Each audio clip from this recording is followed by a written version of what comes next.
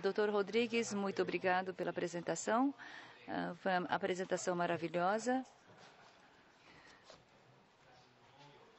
A importância da agricultura em termos mundiais, em termos geográficos, históricos, foi citado de uma maneira de muito fácil entendimento para nós. Bem, do que o previsto, a sessão está um pouco adiantada do que avançando o tempo. Para os participantes, se alguém tiver algum esclarecimento, podemos receber algumas.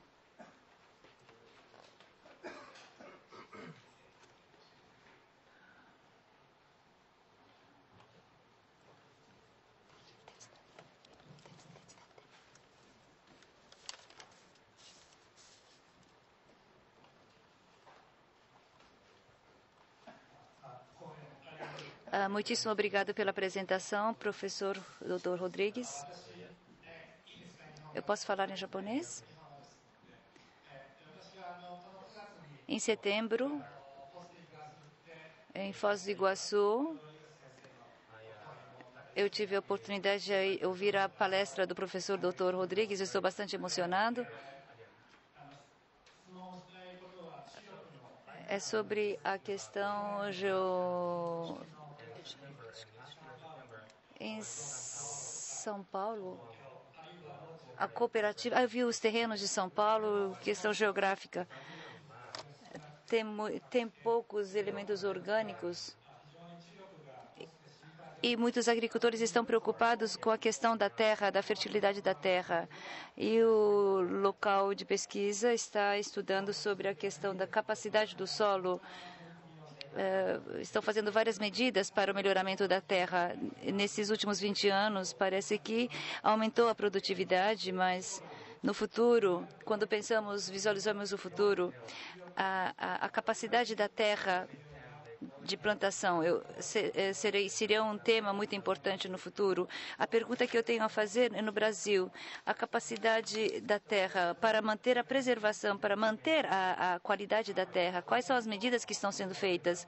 Em relação ao Brasil e o Japão, está pensando alguma pesquisa em relação a esse melhoramento da terra para a agricultura entre o Japão e o Brasil?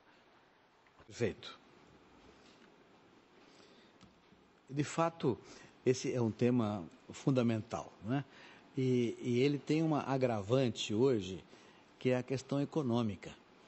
Nos últimos 2 anos, a demanda mundial por fertilizantes cresceu espantosamente por causa do aumento dos preços agrícolas, e a indústria mundial de fertilizantes não foi capaz de atender essa demanda sem aumentar os preços. Quando que os preços este ano, por exemplo, fertilizantes no Brasil, chegaram a crescer 82%.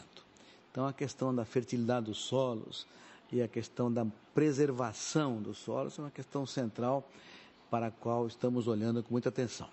A Embrapa e as universidades brasileiras, a Embrapa, que é um órgão de pesquisa do governo brasileiro, e as nossas universidades estão olhando para esse assunto com muito vigor.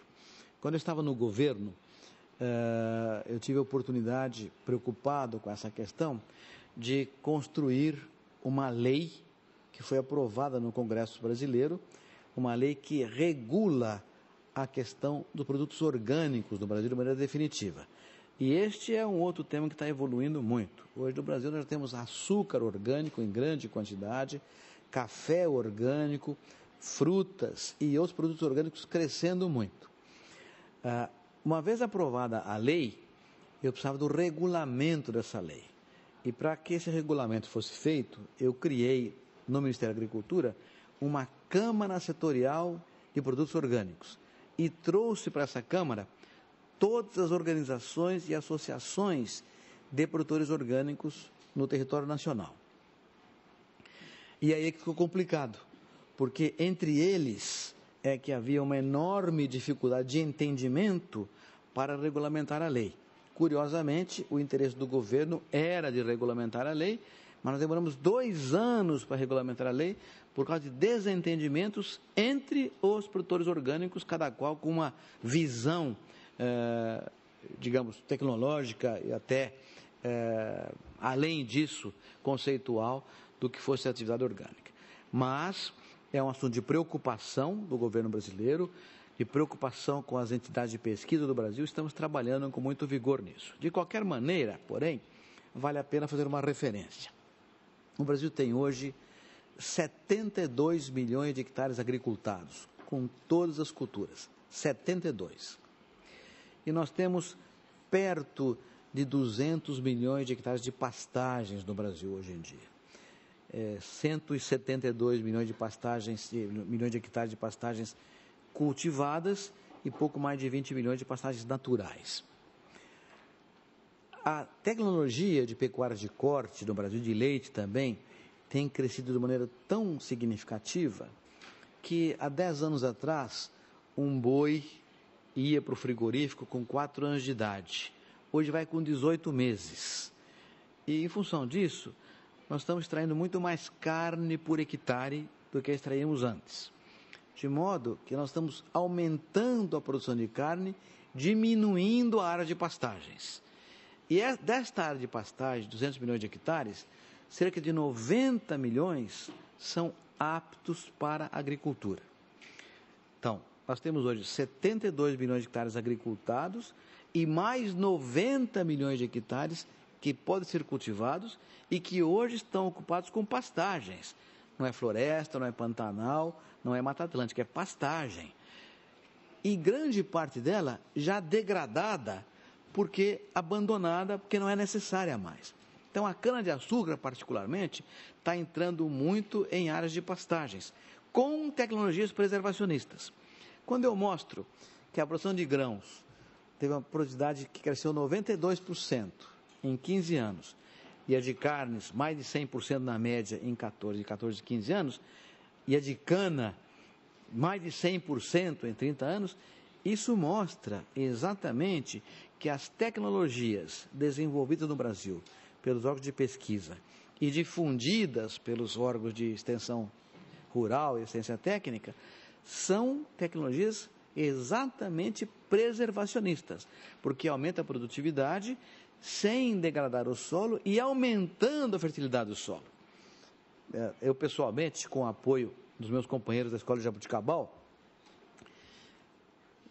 da qual um ex-diretor aqui presente, Roberval, que começou esse projeto todo, é meu grande companheiro e amigo, nós fizemos lá, desde 73, na minha propriedade, lá em Jabuticabal, uma relação de rotação de cultura de cana-de-açúcar com soja, que tem permitido, numa fazenda que tem 50 anos de uso intensivo de cana, todo ano aumentar a produtividade, rodando entre leguminosas e gramíneas, aumentando a fertilidade com agricultura orgânica. Então, muito obrigado pela sua pergunta, mas estamos muito interessados e olhando isso com muito carinho. E creio que a relação acadêmica entre o Japão e o Brasil poderá produzir grandes resultados também nesse processo e nessa área.